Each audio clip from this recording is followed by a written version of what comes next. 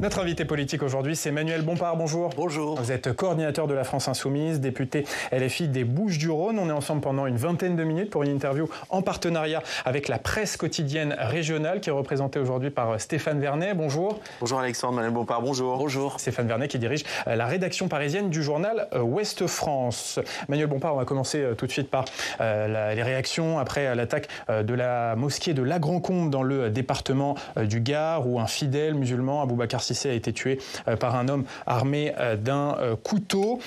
De quoi ce drame est-il le signe aujourd'hui dans notre société française? Est-ce que c'est le signe d'un ensauvagement, comme on le dit à droite, ou alors d'une islamophobie croissante, comme on le dit plutôt dans votre camp politique? D'abord, écoutez, je pense que c'est important pour commencer de dire nos condoléances à la famille de cette personne, à ses proches, et d'affirmer à la communauté musulmane française de manière générale notre solidarité.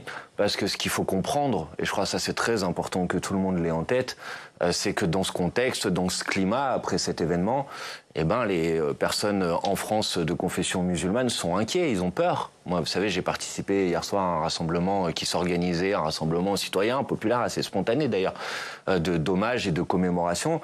Les gens qui sont venus me voir me disaient « on a peur ». Donc je pense qu'il faut tenir compte de cette peur. Et je crois que Bruno Retailleau a augmenté la sécurité autour des mosquées. Et je crois que notre devoir, notre responsabilité, quelles que soient d'ailleurs les étiquettes politiques, c'est d'affirmer, de dire à toute personne en France, qu'elle soit d'ailleurs musulmane ou d'une autre religion, mais qu'à chaque fois qu'une personne sera ciblée, attaquée en raison de sa confession religieuse, elle aura la communauté nationale dans son ensemble à ses côtés.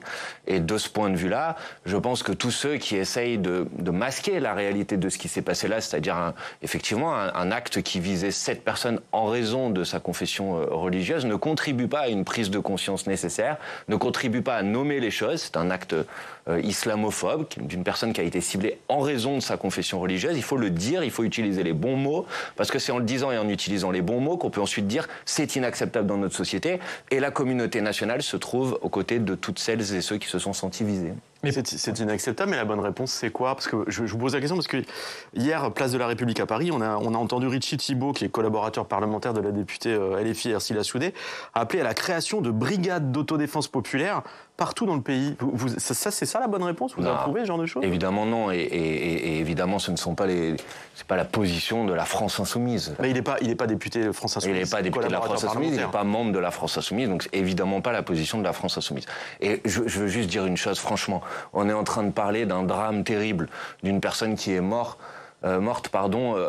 dans une mosquée en raison de sa confession religieuse. Donc celles et ceux qui essayent d'utiliser les déclarations d'un tel ou d'une telle pour masquer la réalité du message qui était très important de ces manifestations, il y en a eu dans plusieurs villes hier, ne font pas une bonne chose. Si vous voulez faire une bonne chose, il faut il faut respecter l'émotion, la colère, l'inquiétude d'une partie de la population française, et il faut dire, et donc ceux qui politiquement essayent d'utiliser encore ces tel ou tel propos pour essayer, comme je l'ai vu M. Retailleau hier, d'essayer d'aller s'en prendre à la France Insoumise, qui par ailleurs n'a rien à voir avec ses propos. Franchement, c'est pas une bonne manière de faire les choses.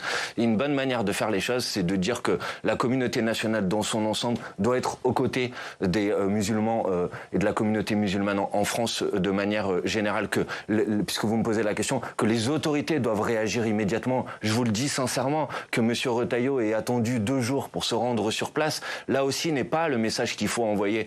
Dès que quelqu'un doit être ciblé en France en raison de sa confession religieuse, alors c'est les autorités publiques qui doivent être là et qui doivent dire ça c'est inacceptable en France, et on fait bloc. Jean-Luc Mélenchon estime que Bruno Retailleau est responsable du climat actuel. Pourquoi? Pour les propos, les déclarations qu'il a eues ces derniers mois, son obsession à cibler les musulmans en France. Enfin, écoutez, M. Retailleau est quand même allé dans une réunion publique, dans une intervention où il a terminé son propos en disant « à bas le voile ». On a le droit de pas considérer on a le droit de pas être d'accord avec le voile, d'être d'accord avec le voile, mais quand on vient dans un meeting comme ça pour dire abat le voile. Imaginez si M. Retailleau était allé dans un rassemblement et avait dit abat la croix, abat la kippa, abat le crucifix. Bah, tout le monde aurait dit mais qu'est-ce que c'est que ces propos, qu'est-ce que c'est que ces déclarations? Je vous rappelle que M. Retailleau est non seulement ministre de l'Intérieur, mais il est ministre des cultes. Et donc évidemment que les propos qu'il a tenus, que cette manière qu'il a d'alimenter en permanence dans le débat public depuis plusieurs mois une forme d'obsession contre les musulmans en France, contribue à encourager une forme de climat où des gens qui sont dérangés se trouvent en quelque sorte autorisés à s'en prendre à une personne en fonction de sa confession religieuse. Et évidemment, il n'y a pas que M. Retailleau, c'est le climat général. On a aujourd'hui des chaînes de télévision, des chaînes de médias dans lesquelles les propos islamophobes sont légion. Vous en avez tous les jours ou toutes les semaines. Donc qu'est-ce qu'il faut faire? Il faut dire ça doit s'arrêter. Il faut qu'il y ait évidemment une solidarité de l'État, de la puissance publique dans son ensemble. Et ensuite, il faut des réponses politiques. Et les réponses politiques, c'est par exemple de mettre en place enfin un grand plan de lutte contre tous les racismes, contre l'islamophobie, contre l'antisémitisme, avec de la formation pour que quand une personne vient par exemple au commissariat ou à la justice pour dénoncer un acte raciste ou islamophobe, cette dénonciation soit prise au sérieux, avec des moyens de lutte, avec un grand plan de lutte contre le racisme, l'antisémitisme et l'islamophobie. Voilà ce qu'on a besoin de faire. On a besoin d'avoir des réponses politiques et surtout pas de chercher, comme j'ai vu le faisait M. Retailleau, à essayer de régler des comptes politiques sur ce sujet. On parlera tout à l'heure de la lutte contre l'antisémitisme également, mais d'abord sur cette idée de la communauté nationale qui, quand même, on le voit, n'est pas vraiment unie autour de cette lutte contre l'islamophobie. Et que, par exemple, hier, dans la marche à Paris, eh bien, après ce drame, le député socialiste Jérôme Gatch qui s'est fait copieusement insulter, expulsé de la marche avec l'insulte suivante, PS, parti sioniste. Est-ce que vous regrettez ce type de fait? Mais moi, je crois que j'ai été très clair dans les propos que j'ai tenus tout à l'heure. Je pense que les manifestations, les rassemblements qui ont eu lieu hier soir, c'était des rassemblements qui étaient nécessaires, qui étaient indispensables, parce que je crois que c'est nécessaire que le peuple, l'ensemble de la population puisse exprimer son soutien et sa solidarité dans le climat que j'ai décrit tout à l'heure. Et donc je n'ai certainement pas l'intention de venir rebondir sur les propos d'un tel ou tel événement dans le rassemblement. C'est pas un propos, c'est un fait. C'est un député socialiste qui n'a pas pu manifester, la signification. Eh ben, en tout cas, mais par qui? Pas par des insoumis ou je ne sais quoi. Donc évidemment, moi, je pense que dans ces rassemblements, il faut que ce qui reste central, c'est le message. Et le message, c'est en France, il ne peut pas y avoir de personnes qui sont assassinées en raison de leurs pratiques religieuses. Voilà ce que j'ai à vous dire. Et le reste, franchement, je pense que c'est pas une bonne chose en donnant de la publicité à tel ou tel événement ou telle déclaration, en masquant en quelque sorte le vrai message de ces manifestations et de ces rassemblements. Mais le problème, c'est qu'on voit que certains responsables politiques choisissent de marcher contre l'antisémitisme, mais pas contre l'islamophobie. Et inversement, je rappelle que les Insoumis n'ont pas marché contre l'antisémitisme en novembre 2023. Est-ce qu'il n'y a pas une forme de division, de deux poids, deux mesures sur ces sujets? Monsieur, enfin... Après, on pourra parler, si vous voulez, de l'initiative qui s'appelait Marche contre l'antisémitisme, qui avait été prise par Mme Braun-Pivet et M. Larcher en novembre dernier. Mais moi, ce que je peux vous dire, c'est que la France insoumise, à chaque fois qu'une personne est attaquée en raison de son origine, de sa religion, de sa couleur de peau, la France insoumise, elle a toujours été présente dans les initiatives de protestation. Elle a toujours pris la parole. Oui, mais pas toujours présente dans la rue. Mais si, par exemple, si vous voulez me parler de la question de l'antisémitisme, par exemple, quand malheureusement, il y a quelques semaines, vous vous en rappelez, le rabbin d'Orléans a été agressé dans la rue, il y a eu une marche blanche qui a été organisée à Orléans, et les militants de la France insoumise, les élus de la France insoumise y étaient présents. Donc, évidemment qu'il ne faut pas, en quelque sorte, choisir ses causes en fonction de telle ou telle religion, parce que sinon on fracture la communauté nationale. Donc nous, voilà ce que j'ai à vous dire. À chaque fois qu'une personne est attaquée, ciblée en raison de sa pratique religieuse, de sa couleur de peau, de quoi que ce soit, à chaque fois la France insoumise, elle sera à côté de cette personne et elle lui dira, la communauté internationale dans son ensemble doit être solidaire de votre peine, de votre souffrance, et elle doit être à vos côtés et elle vous protégera. Vous évoquiez tout à l'heure les réponses politiques par rapport à ce qui s'est passé dans le Gard. Vous dites qu'il faudra un grand plan de lutte contre tous les racismes. Oui. Il se trouve qu'aujourd'hui, il y a la ministre Aurore Bergé présente les conclusions des assises de lutte contre l'antisémitisme qui avaient été lancées en février. Est-ce que ça va dans une bonne démarche ou pas? Après, on va voir les mesures qui sont proposées. Mais évidemment que quand je parle de lutter contre tous les racismes, la lutte contre l'antisémitisme en fait partie, évidemment. Et on a eu aussi ces dernières semaines et ces derniers mois une augmentation des actes islamophobes, j'en ai parlé, et une augmentation des actes antisémites. Et donc, il faut être en capacité de lutter contre l'ensemble de ces actes. Il aurait fallu un grand plan qui englobe toutes les formes de racisme. Évidemment, je pense que c'est nécessaire. Mais attendez, évidemment, je suis aussi d'accord pour qu'il y ait des mesures spécifiques contre l'antisémitisme, des mesures spécifiques contre l'islamophobie. Maintenant, il faut dire lesquelles. Et là, je dis alerte. Parce que si, comme j'en ai entendu parler, les mesures qui seraient proposées viseraient en quelque sorte à faire un amalgame, entre la critique légitime de la politique du gouvernement de M. Netanyahou et l'antisémitisme, alors là, je dis stop, on se trompe. Parce que, évidemment, qu'en faisant ça, en quelque sorte, on fait l'inverse de ce qu'on veut faire, c'est-à-dire on produit une forme d'essentialisation qui consisterait à dire que critiquer la politique du gouvernement de M. Netanyahou serait critiquer la communauté juive en France. Alors évidemment, que la communauté juive en France n'est pas solidaire ou responsable des horreurs qui sont commises par le gouvernement de M. Netanyahou. Évoquant justement une mesure précise qui semble être reprise par le gouvernement, la création d'un nouveau délit pénal de provocation à la destruction et à la négation d'un État internationalement reconnu pour sanctionner notamment les propos de haine contre l'État d'Israël, pas contre le gouvernement de Benyamin Netanyahou. Ça veut dire que vous êtes contre ce nouveau délit ? Je pense que je crains effectivement que c'est pas nouveau, hein, ce débat. Il a déjà eu lieu en France, y compris sur à un moment la tentative d'installer une nouvelle définition de l'antisémitisme en France, qui venait, si vous voulez, agréger ou considérer comme de l'antisémitisme une critique d'une politique qui est celle d'un gouvernement en Israël et des actes qui sont commis par cet État. Moi, évidemment, je ne suis pas favorable à la remise en cause de l'existence de l'État d'Israël, évidemment. Mais je pense que c'est une erreur de venir, en quelque sorte, élargir la définition de l'antisémitisme pour qu'elle vise à masquer, en quelque sorte, ce qui est de l'ordre du débat public. Et ce qui est de l'ordre du débat public, on a le droit de critiquer la politique du gouvernement de M. Netanyahou, on a le droit de critiquer la politique de celui qui dirige aujourd'hui l'État israélien, on a le droit de dire qu'on est horrifié par les actions qui sont commises par le gouvernement de M. Netanyahou à Gaza, et ça, c'est pas de l'antisémitisme. Donc il faut faire attention. Et c'est la raison pour laquelle, évidemment, je suis très prudent sur ce type de mesures. Donc oui, il y a des mesures y compris spécifiques de lutte contre l'antisémitisme, mais non à tout élément qui viserait en quelque sorte à amalgamer la critique de l'action du gouvernement de M. Netanyahou et l'antisémitisme. Justement, parlons du conflit israélo-palestinien, puisqu'Emmanuel Macron a assuré que la France allait reconnaître l'État palestinien. Est-ce que vous pensez que le président de la République va vraiment le faire ou qu'il pose des conditions qui sont difficiles à atteindre, comme par exemple le fait que les pays arabes reconnaissent l'État d'Israël ? D'abord, je veux vous dire que je le souhaite, évidemment.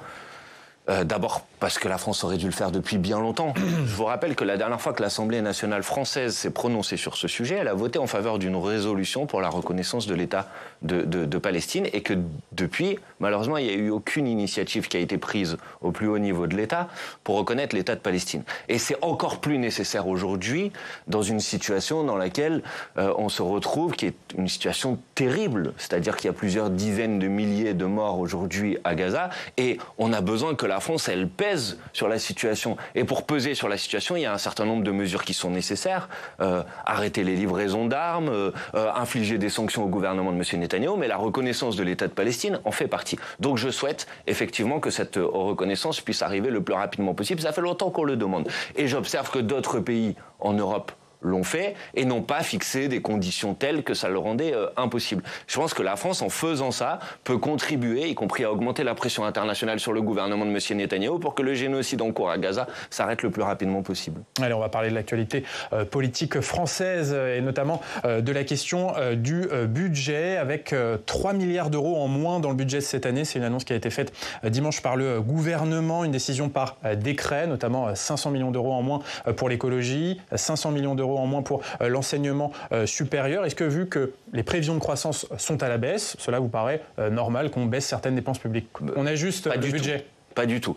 D'abord, je vais vous dire que ces 3 millions, ils viennent s'ajouter... 3 milliards. 3 milliards, pardon, excusez-moi. Vous avez raison. Ils viennent s'ajouter à d'autres milliards de crédits qui ont déjà été gelés il y a quelques semaines, et ils viennent s'ajouter eux-mêmes à des restrictions et des coupes budgétaires massives dans le budget de cette année. On en a parlé au moment de l'élaboration de ce budget, et à d'autres coupes encore plus massives qui sont envisagées pour le budget de l'année prochaine. Et précisément, vous avez raison, regardez le résultat qu'on a sous les yeux, c'est-à-dire que ces coupes massives, qu'est-ce qu'elles produisent comme résultat? Elles produisent une compression, une réduction de l'activité économique. Donc on a des prévisions de croissance qui sont en deçà des prévisions de croissance qui ont été faites au moment de l'élaboration du budget, pour une raison très simple et qui a déjà largement été démontrée dans d'autres exemples internationaux. C'est que si vous avez une politique austéritaire, une politique de réduction de la dépense publique, une politique de réduction des investissements, ben ça produit comme résultat une contraction de l'activité économique, donc des recettes fiscales en moins, et donc ça aggrave le problème. Et donc vous êtes dans un cercle qui est un cercle vicieux. Et donc il faut faire autre chose. Cette réduction des recettes, elle est aussi grandement liée au contexte international, et notamment à toutes les phrases que Donald Trump autour des droits de douane, etc. Enfin, écoutez, les prévisions vous savez, les prévisions de l'Observatoire... C'est pas uniquement un ralentissement de l'activité qui serait le seul fait du gouvernement et de la politique du gouvernement? Essentiellement. Évidemment, vous avez raison de dire que les dernières annonces de Donald Trump sans doute pèsent sur les prévisions et sur la réalité de la croissance, ça c'est vrai, mais l'Observatoire français des conjectures économiques disait que si on était resté cette année sur les mêmes lignes budgétaires qu'en 2024, on aurait eu une croissance sans doute entre 1,4 et 1,6, et qu'avec le budget de François Bayrou, on était sur une croissance autour de 0,6 à 0,8. Donc la vérité, c'est que cette politique de compression des dépenses publiques, elle produit un résultat économique désastreux. Il faut que tout le monde le comprenne. Pour une raison très simple, prenez par exemple, juste un exemple, le budget de l'écologie. Dans le budget de l'écologie, il y a par exemple tout ce qui va être les moyens qu'on met, les moyens publics qu'on met pour favoriser une politique de rénovation thermique des logements, de rénovation énergétique des logements. Mais si vous réduisez les investissements publics sur le sujet, c'est tout un secteur de l'activité économique, par exemple le secteur du bâtiment, qui se retrouve amputé. Et donc il y a moins d'activité économique. Quand même, est-ce qu'il n'y a pas certaines économies à faire, avec par exemple le gouvernement qui prévoit de supprimer ou de fusionner un tiers des agences de l'État ou des opérateurs de l'État? Est-ce qu'il n'y a pas certaines économies structurelles dans l'appareil de l'État? Franchement, je vais y venir, mais d'abord, pardon, mais on ne prend pas le problème par le bon bout. Tout le monde le sait. Et je vais vous donner un chiffre très simple. Si la part des recettes de l'État dans le PIB était restée au même niveau que quand Emmanuel Macron est arrivé au pouvoir en 2017, on aurait aujourd'hui un déficit public inférieur à 3%.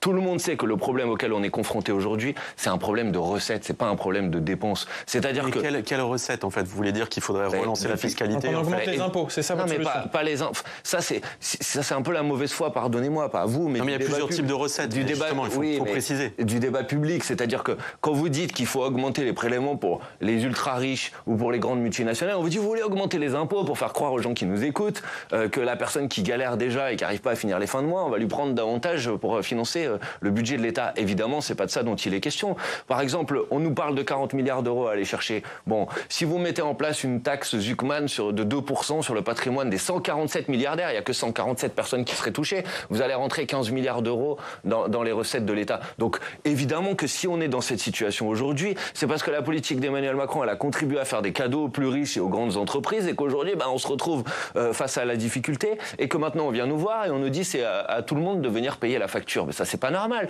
Donc il faut mettre en place des mesures qui permettent d'augmenter les recettes de l'État, et pour ça il faut augmenter les impôts sur les ultra riches et sur les grandes entreprises et les multinationales. Voilà ce qu'il faut faire. Ensuite, est-ce qu'on peut faire des économies? Pardon, je ne veux pas être trop long, c'est votre question.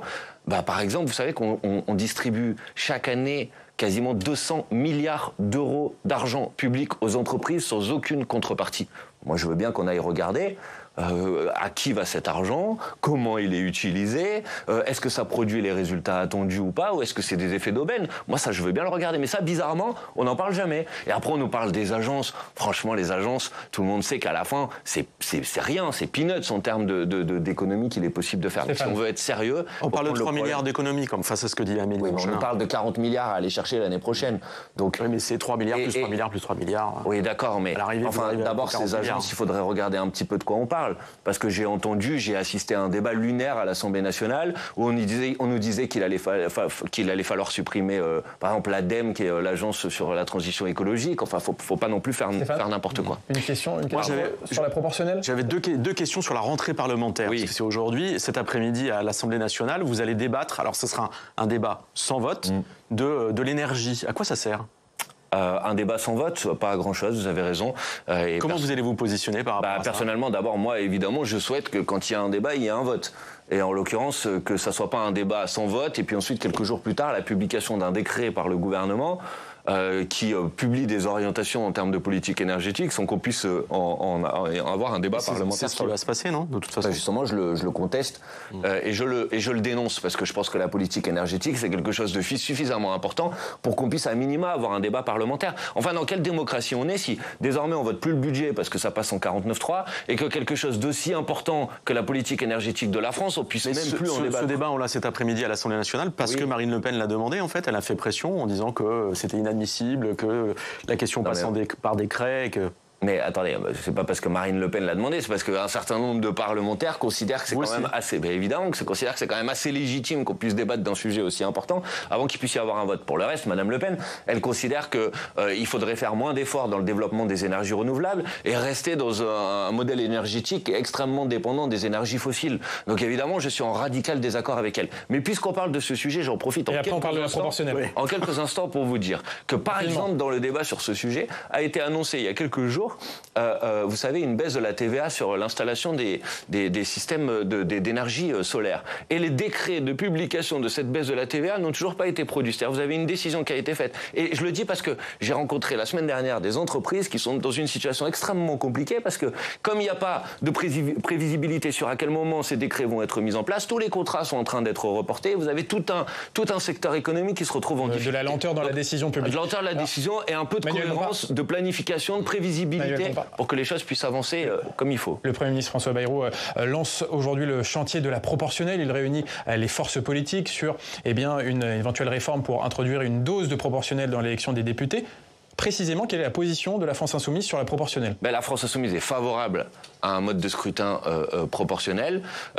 Ensuite, il va y avoir forcément... Et lequel ? Il va y avoir forcément un débat sur ce sujet. Nous sommes favorables à ce que ça soit un mode de scrutin qui soit vraiment proportionnel. Or, si vous faites un mode de scrutin avec une prime majoritaire de 50%, comme je l'entends ça, c'est ce que demande le Rassemblement national. Propose certaines formations politiques, c'est plus vraiment majoritaire, parce que ça veut dire que la formation politique qui arrive en tête, elle rafle la moitié des sièges pour elle tout seule, et qu'ensuite c'est les 50%. Ce qui se passe dans les municipales, par exemple. Exactement, c'est ce qui se passe aux municipales et que personnellement nous contestons parce que nous considérons que ça donne beaucoup trop de pouvoir pour la liste qui l'a emporté tout seul. Donc nous sommes favorables à quelque chose qui soit réellement proportionnel, donc pas avec une prime majoritaire de 50% et pas avec un échelon territorial qui soit si comprimé, si petit, qu'à la fin ça déforme complètement la nature. Pas dans les circonscriptions législatives. Voilà, parce que sinon, à l'échelle du département, même peut-être au-delà. C'est-à-dire au-delà, au niveau régional, national. Ça peut même être au niveau national, mais alors il faut concilier, il faut être vigilant, c'est-à-dire que si le plus proportionnel c'est à l'échelle nationale, mais alors il faut faire attention. Vous avez une répartition de la représentation des territoires. Par exemple, c'est une suggestion. Après, la France Insoumise, elle fera ses propositions de manière officielle si nous sommes effectivement reçus par le Premier ministre. C'est pas prévu. J'ai entendu dans la presse que ça devait avoir lieu, mais vous n'avez pas encore demandé. On n'a pas été sollicité pour organiser ce rendez-vous. Mais par exemple, ça pourrait être un mode de scrutin national dans lequel ensuite il y a des sections par département pour les candidats pour qu'on reste sur un comme au sénatorial en fait. Plutôt comme par exemple, vous savez, le mode de scrutin des élections régionales, c'est-à-dire que vous votez à l'échelle de la région et ensuite il y a des sections départementales pour les candidats qui permet à la fois de concilier proportionnalité et quand même maintien d'une représentation des territoires. Et puis cette réforme de la proportionnelle, ça permettrait à certains partis, notamment les socialistes, de ne plus être obligés de s'unir avec d'autres partis, par exemple avec vous, de ne plus être obligés de faire une union de la gauche. Je ne sais pas si c'est pour ça que c'est fait, mais je sais pas. Il n'y aurait plus besoin de faire mais de toute façon, je crois que des unions de la gauche s'il y a la proportionnelle. J'ai suivi rapidement, c'est pas ce qui me passionne, mais j'ai suivi rapidement le congrès du Parti socialiste. J'ai écouté les différents candidats, je crois qu'il y en a 3. Ils disent tous qu'ils veulent pas s'allier avec la France Insoumise. Donc je crois qu'il n'y a pas besoin de la proportionnelle pour que malheureusement le Parti socialiste prenne une position aujourd'hui de diviseur de la gauche et de refus de l'alliance et de l'union que pourtant nous avons proposé au moment de la NUPES et au moment du nouveau Front populaire. Donc je regrette cette situation, mais je crois que la proportionnelle ne va malheureusement rien changer sur ce sujet. Merci beaucoup, Manuel Bompard, d'avoir été notre invité politique aujourd'hui. Merci Stéphane. On va regarder la une du journal Ouest France aujourd'hui. Et cette question, quels sont encore les freins à la pratique du vélo? Joli jeu de mots à la une de Ouest France. Allez, tout de suite, c'est l'heure du Club des Territoires.